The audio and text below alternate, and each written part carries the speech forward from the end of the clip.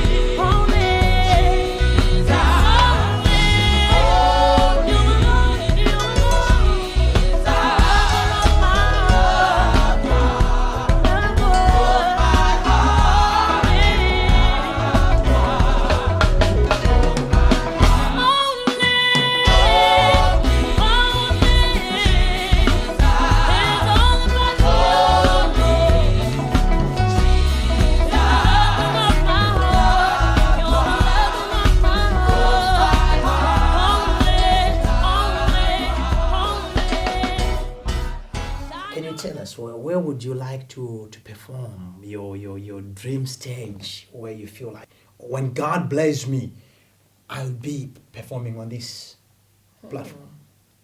Well, I'll tell you a dream I actually had, so I'm looking forward to that.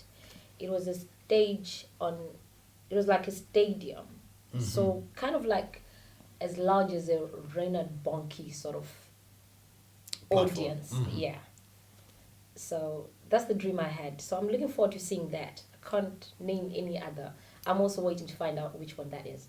Do you have any album by another artist which you say, wow, I wish I was the one who sang this? Like, I would say, I wish I was the one who invented the blue jeans. Mm, well, Marley, really. Do you have any songs in particular? Conqueror, Walk on Water, Go, Go. I love Go. On your own album, which song would you say you are proud of when you listen to it? You say, thank God I'm the composer, I'm the owner of this song. I love all my music. They all mean so much to me, but Ebenezer is what I feel that I should be pushing more on this particular album, because everyone's got a journey that they're on. They've got a story somewhere that they began from, and some people still feel like they're beginning, but it just talks about how far the Lord has taken you. So at whatever stage, it's just giving praise to God that this is how far you've taken me. So I think it's relevant anytime. So yeah, Ebenezer. A song for every season, that's Ebenezer. Yeah. Apart from music, what other hidden talents do you have? You know, some people say, oh yeah, I'm a singer, I'm a dancer, I'm good in cooking. I'm very creative, so there's a lot of stuff that I do. Dancing, hair, makeup, cooking, yes. Wherever there's art, I love to create. So I think creativity. Can I just go there? Yeah. Are you much worried about the incentives which we get in gospel music? The Bible does say money answers all things. So money is important, because if you don't get money, then you can't go and record another track. You need money for the studio time. You need money to pay backers. You need money to pay the instrument players. You need money to hire a place to get people together. So money is important, but it's also very important to get the message out there, because music touches our hearts, our lives in different ways. So in my saying that the message is important, I'm treading carefully, because you might have some people who want to invite you, but they're like, come for free, we need the message, that sort of thing.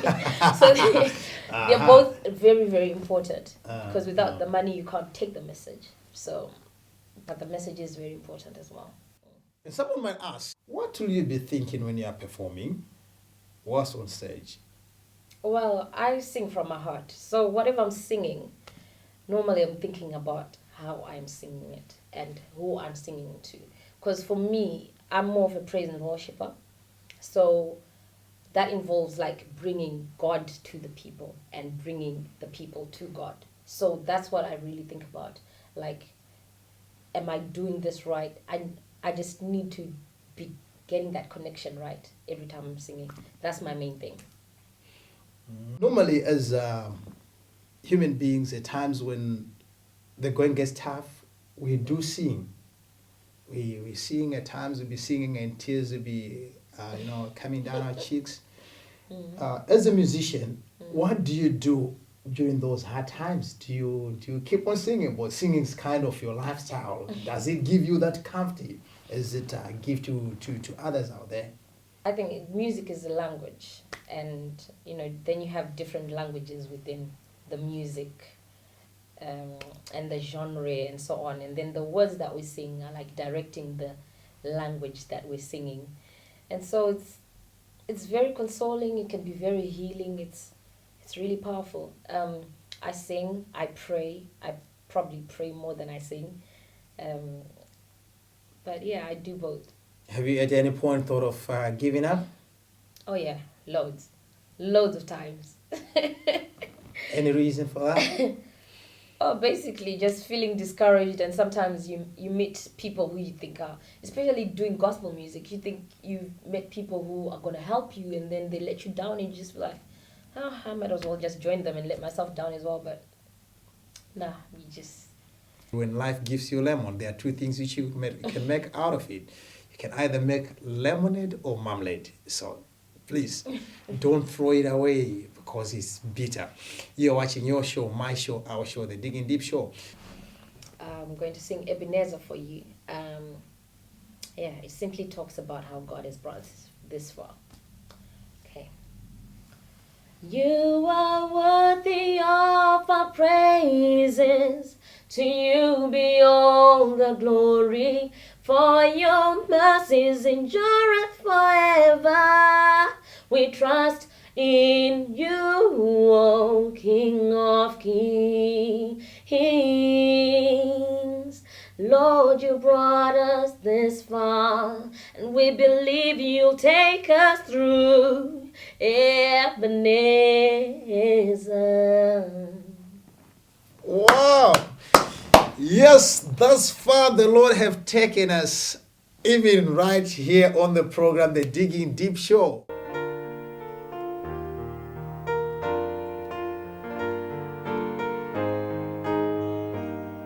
My Jesus, my Savior.